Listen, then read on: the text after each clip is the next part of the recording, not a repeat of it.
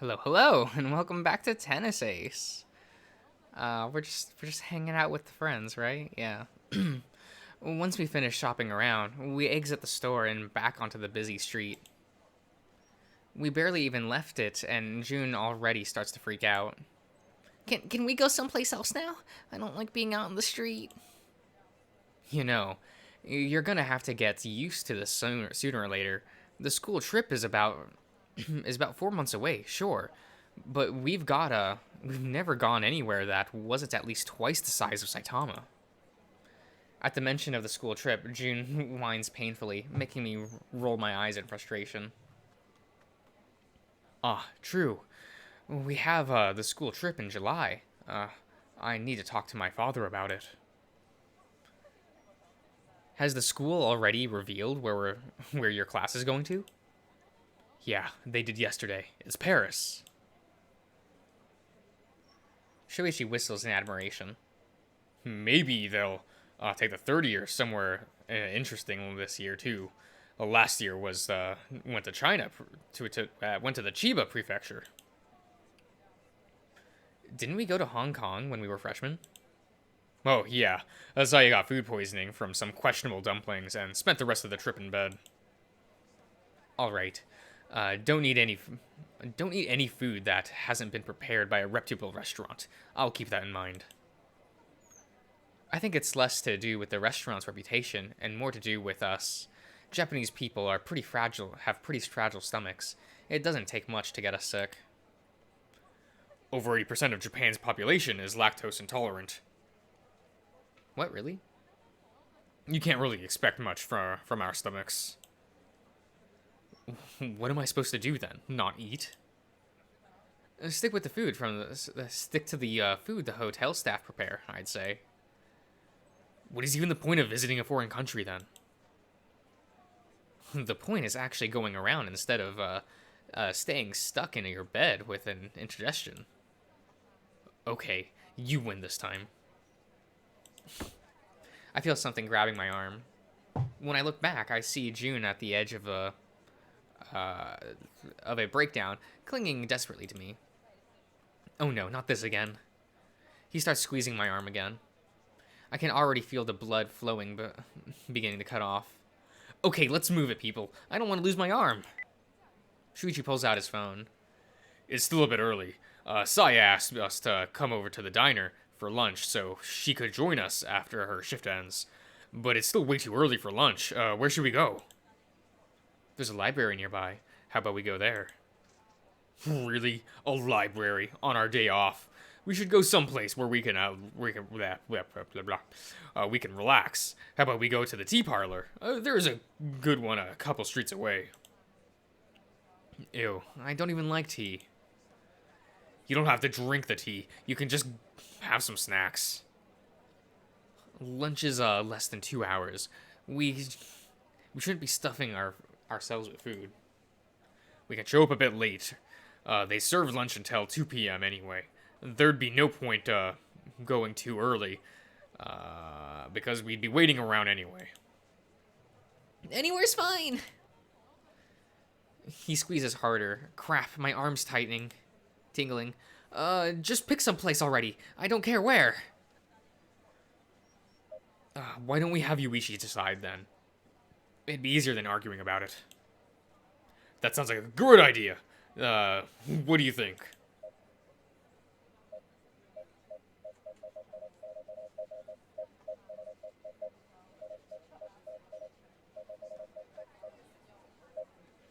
I kind of want to go to the library, but Sho wants to go to the tea shop.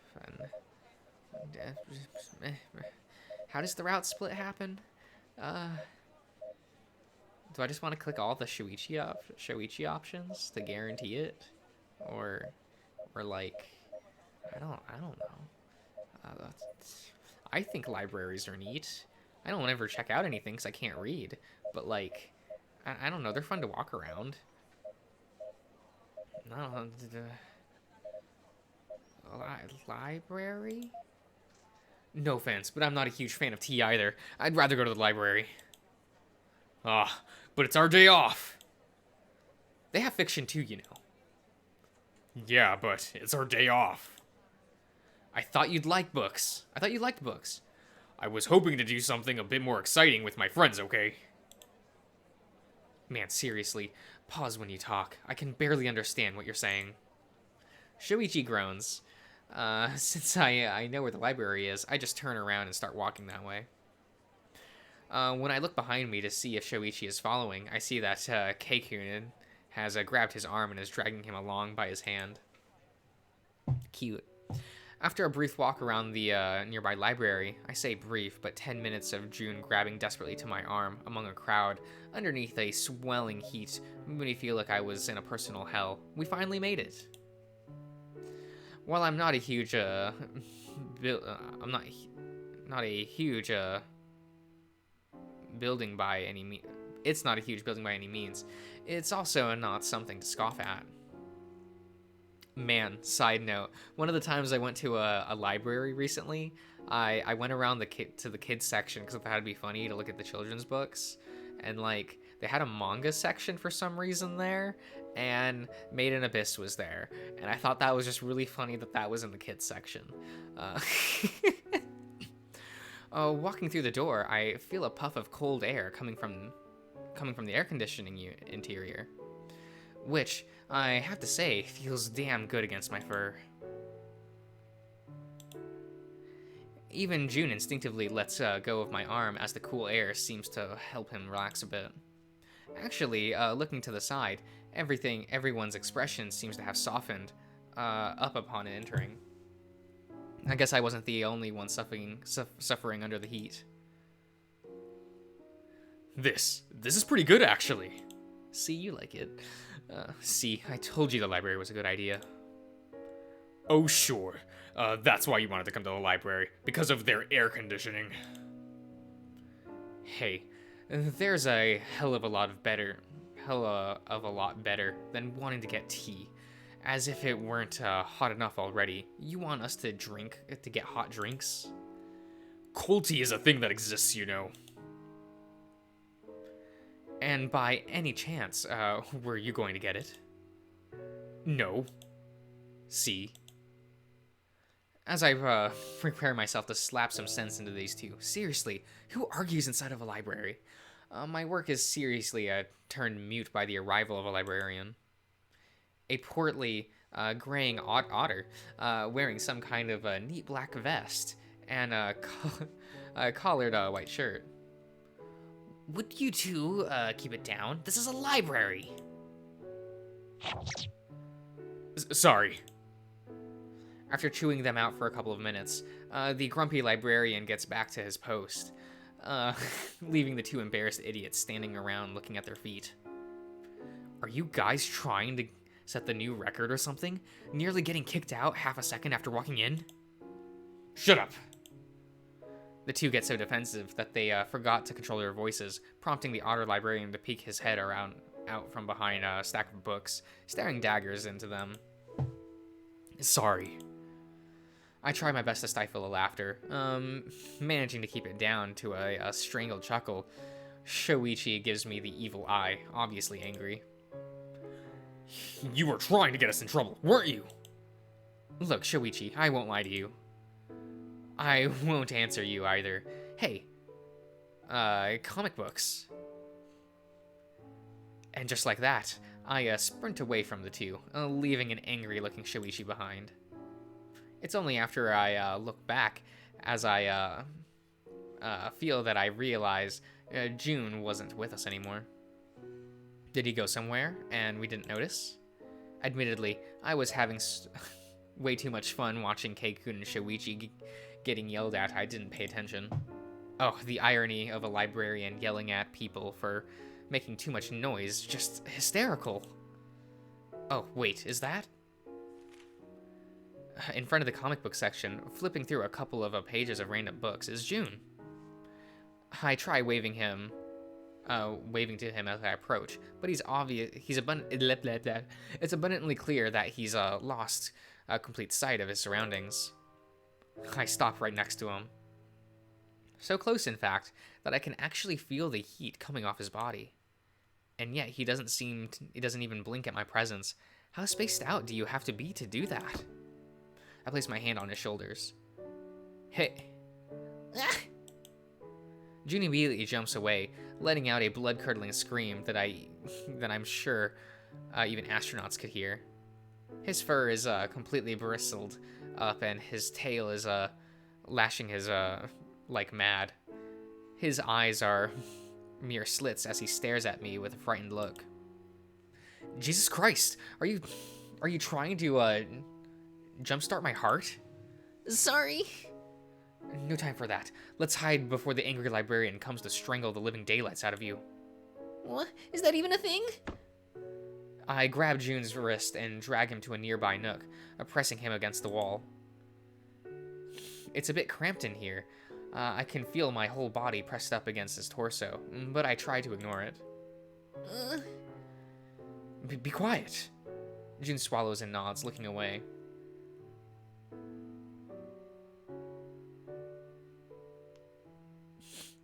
Just in time, too. From the corner of my eye, I can see the otter walking up to the section we were just in. Good thing I could see him from between the spaces in the bookshelf. The spot we're hidden is fairly dark, so I don't want to count on that to stay hidden. As soon as he looks away, I press even tighter against the wall, which of course also means pressing even tighter against June. What, Yuichi-san? He's looking our way. The otter looks around for a second, frowning and scanning the place in search for the voice he heard. Luckily, there was no one else in the section, as I would feel bad if someone took the blame for us. It's very clear the older man is deeply unhappy, but he still abandons his search somewhat quickly. I suppose he's probably too busy to keep this up for all that long. Whatever reason he might have, I won't complain, since it gets us out of the off the hook all that much faster. As I sigh in relief and look down, I finally notice June's eyes are glued to my face, his cheeks red and through his orange fur. Is he gone? Yeah. Damn it, why am I getting embarrassed all of a sudden? I push myself away from him, breaking up the contact between our bodies. At the last second, I catch myself thinking of how soft he is, but I quickly banish that thought from my head. I try to think of something to say, but my brain has suddenly gone completely blank. I also can't help thinking that his embarrassed expression is too cute. Gah, what am I thinking? That's just ridiculous. No. I'm just thinking that because June is our group's mascot, surely that has to be it. Mascots need to be cute after all. Ahem. That sudden noise so close by makes us both jump, although I instinctively cover June's mouth. Good thing too, because that means my hands managed to muffle his scream. What the hell are you two doing? And in a public space of all places. I was so focused on watching the librarian that I didn't even notice these two walking up to us. What? No! It's not what you think! I'm not exactly sure what I think this is. All I know is that it doesn't look appropriate for minors. What? No, that's not what happened. Senpai, I don't really care if you swing that way, but this sort of thing is just inappropriate in a public space. What? Oh, don't pretend that you don't swing that way either. I'm just surprised that I've known you for all these years and never knew that's what you liked. What? June tugs at my shirt, trying to get my attention. What are you guys talking about? My brain is almost completely fried by the sudden burst of data. Error. Overheat. Ah, I see. So that's what happened. It takes quite a bit of time to both explain the situation, and it gets them to believe what I'm saying. Luckily for me, with June here to corroborate everything, it's a little easier to convince them. I'm just happy to know that I don't that I don't appreciate myself with, that I don't associate with myself with degenerates. I don't get it, though. Why did we have to hide? I mean, a lecture isn't really that bad. A lecture isn't really the problem. What do you mean? Keikuna points to the sign at the wall while June gazes following directions at each point. Let's see. Eh? Shingen grabs the tiger from behind, covering his mouth to keep him from crying out in shock. On the sign, among other things, it says, any and all noises louder than regular chatter will be subject to a fine, starting at 6,000 yen.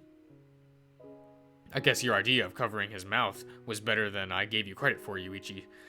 Even if I resent having to use this kind of method. Well, no one wants to lose money, and I figure June would have a harder time dealing with that the most.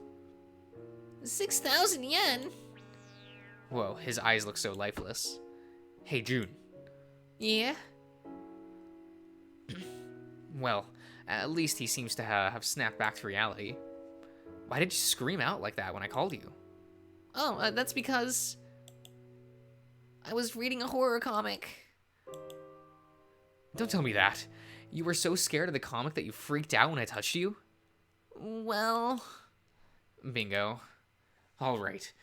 Take me to the comic you were reading. Why? I want to see what was scary about it. But... I'm actually a little curious about it too, now that you mention it. Same here. I want to see what all the fuss is about. Alright, fine. I'll show it to you guys. Reluctantly, June takes us to the spot where he found the dreaded comic book. Except, he keeps looking at the shelves instead of actually getting it. Come on, just point to which one it is, and we'll check it out ourselves. Okay. June points to a small, thick comic book that has a black cover with the drawings of a blood splatter on the cover. Charming. The name's, Augur. Let's see. He flips the book around. A series of grisly murders occur in a small village of Oguro. After the arrival of a woman who claims to be a seer. Warning. Context contains graphical depictions of murder, dismemberment, bloodletting, nudity, rape, torture, and infanticide? Okay. Well, this just sounds like a normal furry VN.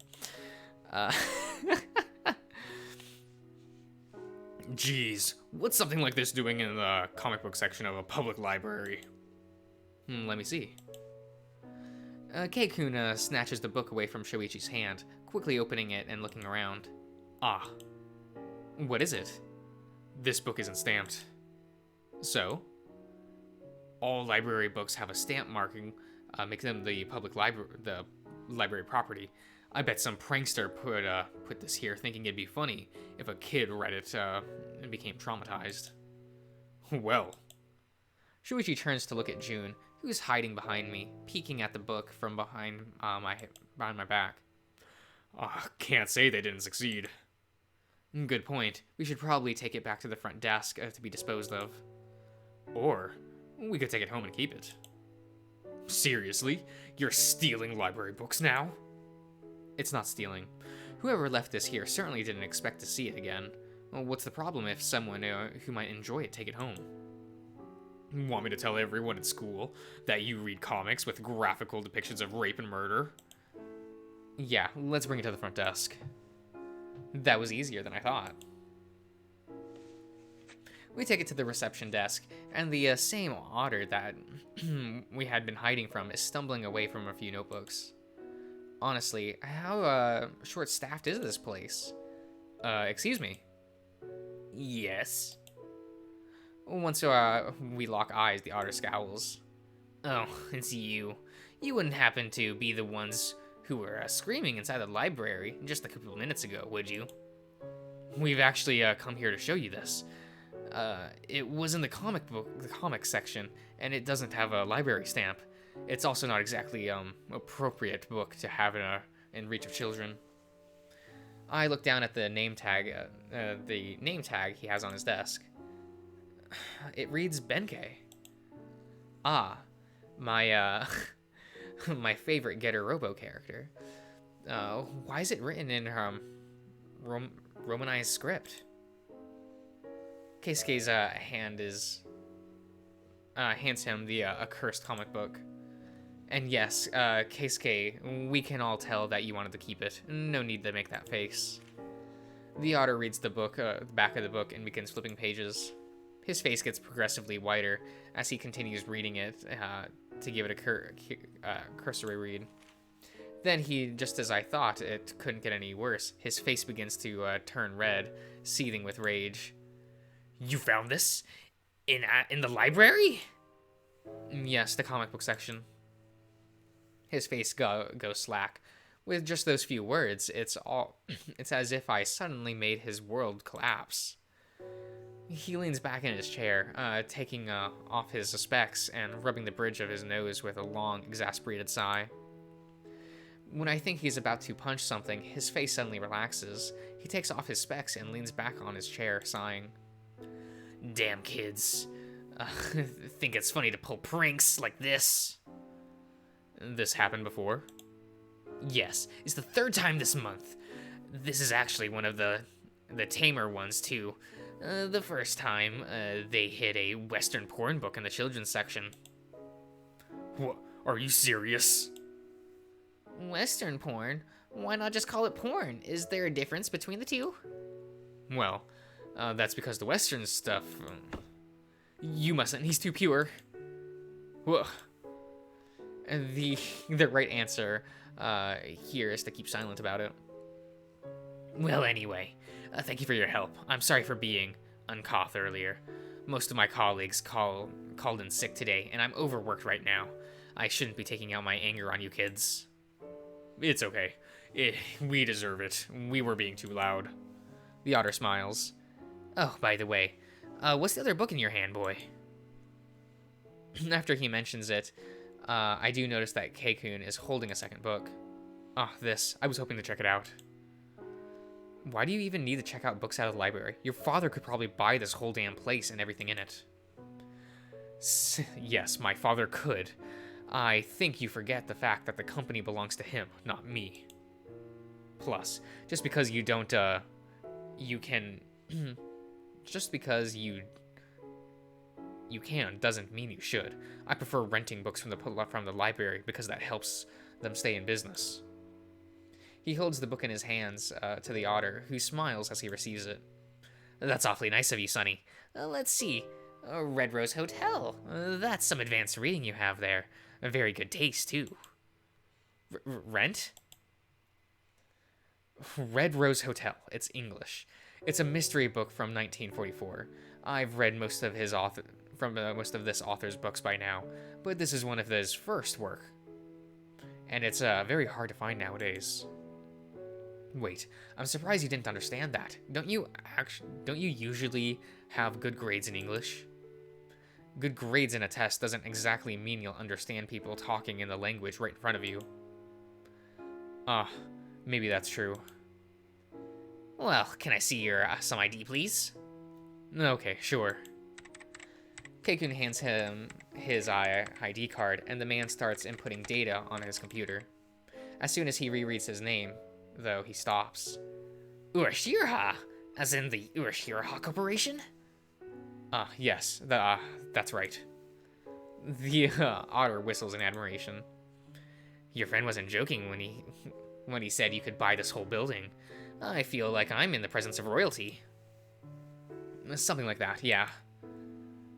Okay, boy, how long do you want to have this book for? 1 month, for now. Can I extend this time later if I don't finish it by then? Sure. All we ask for is a down payment of 50%. If you plan on having it for more than 2 weeks, that'll be 900 yen. Sure. 1 second. Keisuke fishes out a 1,000 bill from his wallet and hands it to the otter, who gives it gives him back the change. Okay, wait a minute. Wait a minute. Sorry. That seems like a lot to rent a book. No? Like, right? That's like $9 to rent a book for 2 or more weeks. You could probably buy the book for $10. No? Like, is that not... That seems unreasonable. And you know, okay, so I know I went to a bookstore when I was in Japan. But like, and I was only looking at the manga section for reasons. But a lot of those, like, manga's pretty cheap. Like, the prices I saw ranged from like 500 yen to 700 yen. A little more than that, actually, but you know what I mean. It's still not $10 a manga, so like it is here in the States. So I assume it's the same way with like bookie books, right? Like, it'd be a little cheaper, maybe. I know that's technology that's really expensive in Japan for shits and giggles, I guess, but never mind, it's fine. From his wallet and hands the otter, who gives him back the change. Thank you. Enjoy your book. Thank you. Keisuke turns to us, putting his book inside his bag. Okay, we can go now. We've been here for less than 15 minutes. I know, but I've got what I've come here for. I don't care anymore. Plus, weren't you opposed to coming here in the first place? You should be celebrating. Yeah, but I like the air conditioning. You'll live, come on. I still want to swing by the sports gear store. We didn't all get together, just to follow His Majesty's script, you know. No, you all got together to go to a stupid cherry blossom. Wait. You all got together to go to a stupid cherry blossom at a park. Okay, it's like the tree?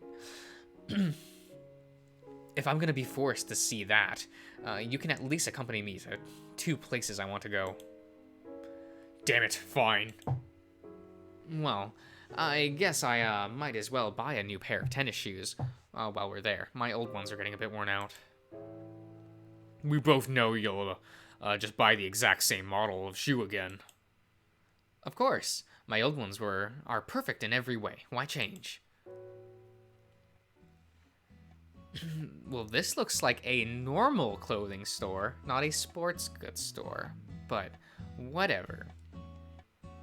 After a bit of walking around, we eventually find a large store that sells all of these things we need. Once we go in, everyone almost immediately separates. Keikun goes towards the tennis gear, Shuichi peruses the volleyball section, and Jun just walks around aimlessly. Since I'm not particularly fussy about what to buy, I just find a shoe I like, take it to the front counter, and I am done in less than 3 minutes. It's not like I'm buying a newer model yet either. I'm just buying the exact same as the last one, because it's a bit spent. Unfortunately, the other 3 don't seem anywhere close to finishing up their business, or, in the case of June, finish doing absolutely nothing. I don't want to just sit around and wait either, so I guess I'll just join up with them.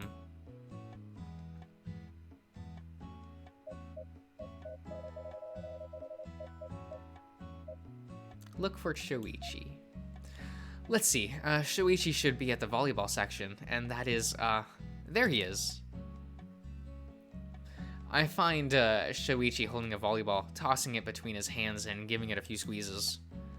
Too soft. What are you up to? Shopping for my birthday gift? Oh, sure. Your birthday is 3 months and yet here I am, shopping for a gift already.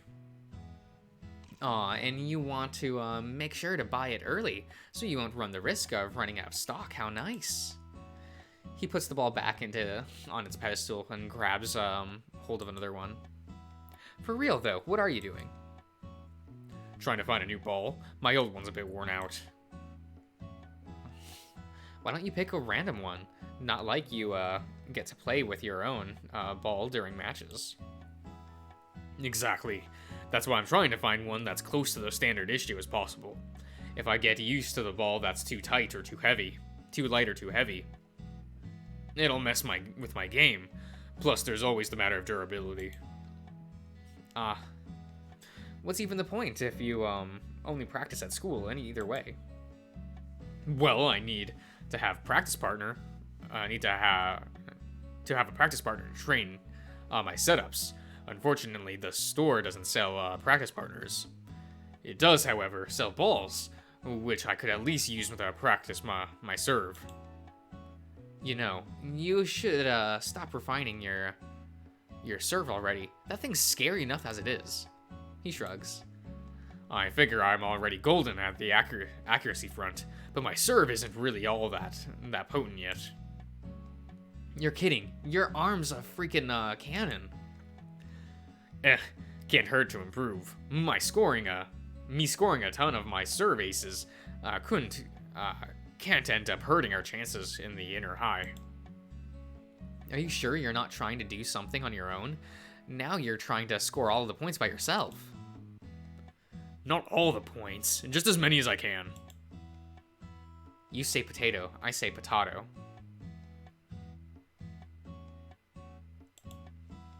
He chuckles, giving me a small pat on the back. Don't worry. I promise I'm not biting off more than I can chew. It's that practicing.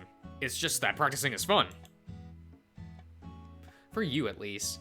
I'm always, it's always a wonder seeing how many players come out from the court, barely able to walk after you handle practice. Oh, come on, that's not fair. It's not that strict. I'm not that strict on them. Didn't you have 4 first years quitting in the first week this year? Well... Look, I'm not saying anything, okay?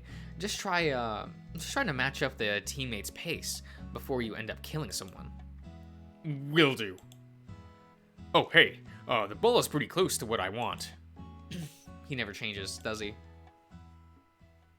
20 minutes later. Did everyone get what they were looking for? Yup. Yeah. I wasn't really looking for anything. Well, good. They were all done with the shopping. Just in time, too. How about we head to the diner? Oh, good. I was starting to get hungry. No wonder. It's almost 1 p.m. Plus, we've been walking around for a while. I wonder how full the diner must be right now. It's lunchtime on the Saturday. I think it's safe to say the place will be packed. No problem. I texted Saya a while ago and asked her to save us a seat right around 1 p.m. But we have to get there soon. Don't want her to get in trouble with her boss for it. Heh, you're craftier than I gave you credit for, Urata. Glad you're finally taking note of my talent. Oh, please. Any 5-year-old with a cell phone could have done that. Could've, should've, would've, didn't. Can we please hurry to the diner? I don't really want to be outside in the crowd. Oh god, not this again. June's tail is lashing rapidly from one side to the other, and I can see him walking slowly over towards me. My arm is still recovering from the last death grip. Okay, people, hurry up. This is a matter of life or death. The diner is completely packed, with the waitresses running around to try and serve all customers in a timely manner. No matter how hard I look, I can't find Saya or an empty seat. Whoa. Damn, I knew it'd be full, but I wasn't expecting it to be like this. Ah, there you are. Asaya shows up from behind a large group of people and hurries to us. I got to give it to her. She moves very gracefully among all these stacks of chairs. Ah, yo, Saya-chan, any luck saving us a table? Of course I got one. It's close to the back, though. It's not... It was the only way to keep the new customers from taking it. Come on, follow me. Saya guides us through the giant labyrinth of chairs and people. Walking through this mess is a lot harder than she makes it seem. I almost trip on someone's tail or feet or chair quite a few times. It's hard to avoid bumping into others. We reach a small table for four right next to the entrance to the kitchen and are seated. Saya doesn't waste her time pulling out a notepad to take in our order. Hello, masters. Thank you for joining us today. Sorry about the wait, teehee. Do you guys know what you want to order? Okay, this was funny the first time, but it's gotten bold already. Please don't do that. Agreed. Aw, I like it. It's weird to see Mizuguchi-san talking like that. It doesn't fit the image I have of her in my mind. Saya's entire body relaxes, and she takes a deep breath. Oh Christ, thank God. My face is already tired from all this smiling, so do you guys know what you'll have? Please choose quickly, though. My boss only lets me hold in a table empty for 15 minutes because I promised her I'd let you guys in and serve as fast as abundantly possible. That's a terrible line of dialogue. Well, I guess since we don't have much time to be picky, I'll go with a regular burger and fries. Same here. It's been a while since I last ate a good burger. Same for me. So much for originality. Give me a burger and fries too. All right. Thank you for your help, guys. I'll come by to ask about drinks when the burgers are close to coming out. Sure. Thanks for saving us a table. You got it. Be right back. Saya takes a few seconds to breathe in and turns her Mo act back on. Moe. Fuck.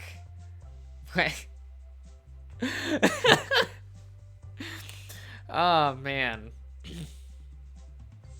Man, I had this, like, midlife crisis, like, last week in which I realized, like, the term moe is boomer now. Like, it's super boomer. Because the more modern term is, like, tete, which is mostly to describe VTubers, you know. Ah, very tete. Like, yeah. And I'm like, oh my god, moe is out. Like, what's going on? Walking into the crowd of waiting patrons. Well, can't say she's not good at her job.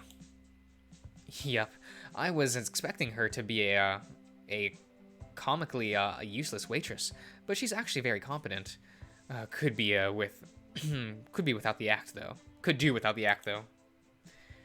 You mean you didn't like the maid, Sue? That's so mean of you, master. What? And June suddenly tries to imitate the same cute act that Sayo had been employing. Destruction power is off the charts. Huh, you're pretty good at this, June. Maybe you've got talent for this job. You should definitely be a maid. What? But I'm a guy! Then be a host. But imagine how cute he'd look in a maid costume. Nope, we're not doing that. Pervert! I'm sitting with a huge pervert. Oh, shut up, I'm just kidding. Really? You swear? Yes, I promise. That I'm not picturing you in a maid costume. Okay. I totally am, though. It's too good to ignore. By the way, do any of you know when the Lunar Festival is going to be held this year? June, why? My father is, and his usual eccentricity, he decided to buy a booth area for this year's festival and wants me to tend to it. What? Why would he do that? I told him one of the female servants that one of my friends is also a maid at a cafe, and that somehow got reported to my father. And for some reason, that's beyond me, he says I too should have an experience with customer service to keep you humble, he said. That's not a bad idea, actually. The reasoning is all over the place, but it's not a bad idea. It sounds interesting enough. You think he's actually going to go through with it? Who knows? My old man is weirder than Pee-wee German. Okay. He can't really be that bad. Once he bought a pair of Mustang glasses and started wearing them around the house for a month. No reason for it. He just said he wanted to try a new style. Okay, so he's a bit peculiar. Nothing bad about that. If you say so. I just don't like getting involved in his crazy ideas. He makes the weirdest purchases and investments I've ever seen. Don't they always work, though? I've read in a few magazine articles about him that he said he buys stocks and investments and no one else would because they were clearly failing, only for the market to turn around and for it to become hugely profitable. Yeah, that actually happened. My father's business sense is scary, to say the least. I don't even question him on his purchases anymore, because somehow he always seems to be right. Maybe it's inside trading.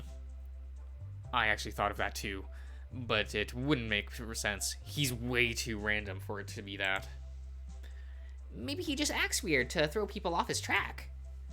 If that's true, then he's a goddamn evil mastermind. Hey, Urashiraha, I just realized something. You've never talked about your mother before. There's not much to talk about. She was a common woman who used to work on my father's company and got involved with him. When she got pregnant of me? Interesting.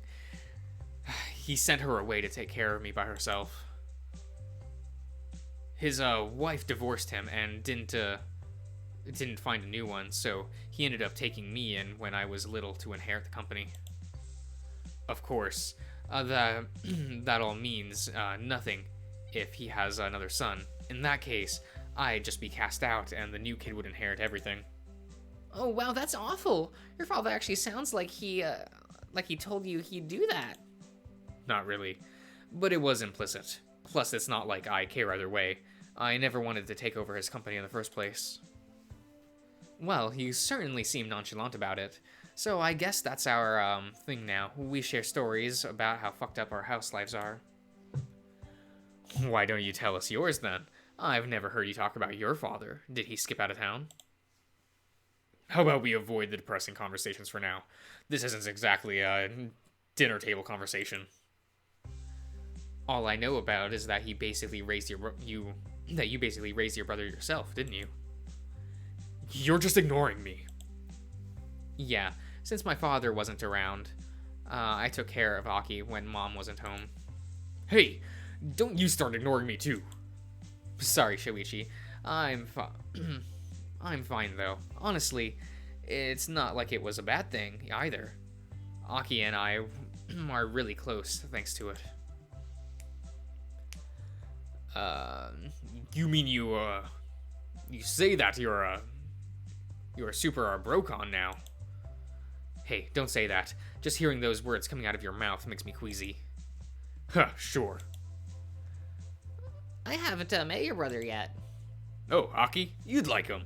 Total opposite of this lazy bum. Nowadays, it's hard to tell which one is the older brother. Shut up. You can clearly tell I'm the oldest. Yeah, sure. I'm pretty sure your brother takes up after your mom. Super responsible and mature. I have a hard time believing he's a 12-year-old. Plus, Aki's hella cute. He's definitely gonna be a heartbreaker when he's older. God, I hope not. He's too nice for that. Says one of the nicest guys I've ever met, who's also broken more hearts than I have won. Well. What do you mean? Yuichi-san is a heartbreaker? Ah, that's right. I sometimes forget you're new.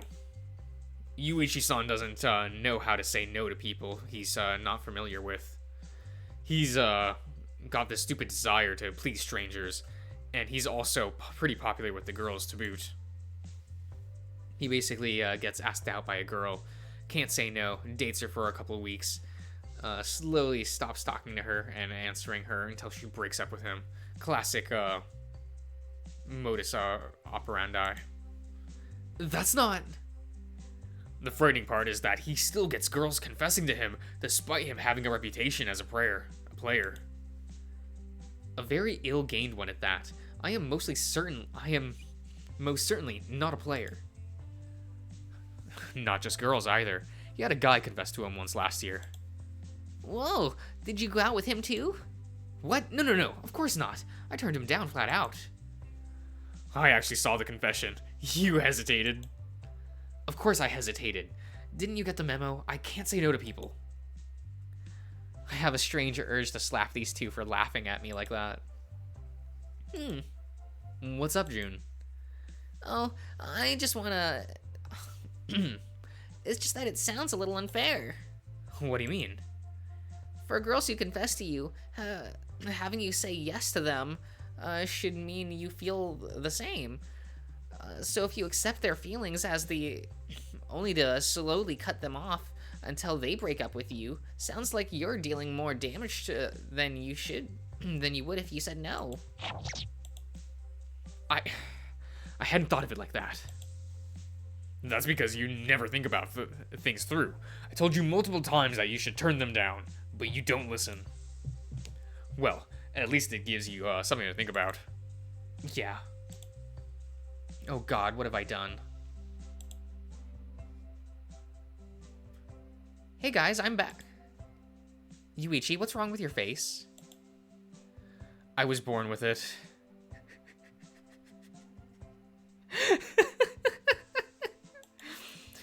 No, not that. You look upset. Did something happen? Well, Oh, no. Wait, I don't have time to chat. We're packed up. Sorry. I'll have to talk to you later. I just came by to ask for drinks. What will you guys have? You guys suck. Again, sorry, but we're really busy right now. Anyway, drinks. You guys having them? Well, those burgers were actually pretty good. Even though the place was jam-packed, the kitchen still managed to get our food out in record time. I also need to give Saya props for how well she dealt with everything. Her service is excellent, even when the house is full. I told you before, the food here is excellent. That's why I came here so often. Sure, that's why. Misaguchi-san, should be out at any time now, right? She hasn't shown up in front of the house for a while now. I think she's gone out back to have her lunch and leave. Well, either way, we've already finished eating, so we shouldn't hold this table if we're not gonna order anything else. That's true. Let's just pay the bill and wait outside. We vacate our table and make our way over to the cashier table to make our payment. Make it up to you, Miki. Don't worry about it that so much, Saya-chan. You've covered for me a bunch of times before, and I never did anything to thank you for it. Saya's already here by the time we arrive. She spots us approaching and smiles at us. Oh, hey guys, you about done? Yeah, we were coming over to pay the bill. Oh, sure. Miki, their table totaled 5 whatever. That seems reasonable for 4 people. All right, thanks, Saya-chan. Well, you got our table memorized? I have all tables memorized. I am excellent at my job, after all. Oh wait, this is the first time we've seen Saya in casual wear, isn't it? She looks good. I like it. Saya has great memory, so no wonder. Oh, let me handle payment. You guys just pay me back later. Shuichi walks up to the cashier and starts chatting with her. So, do you guys have plans for today? I canceled a shift for it, so it better be good. Shuichi didn't tell you? We were going to the park to watch the cherry blossoms. Oh, flower seeing! How romantic! It had been a lot better if we had made a picnic, though. Sure. Eat whilst a bunch of flower petals fall on your food and drink. Talk about romantic. You're such a spoil sport, Keikun. Chan, whatever. Don't call me Chan. Anyway, I like it. It sounds like it'll be fun. No, it doesn't. Oh, shut up. You're dead inside anyway. Cool. Jeez. I'm not even allowed to have an opinion anymore. Okay, all done. You guys ready to go? Yeah, lead the way. Okay, I think we're gonna end the part there. So, I'll see you around, everyone.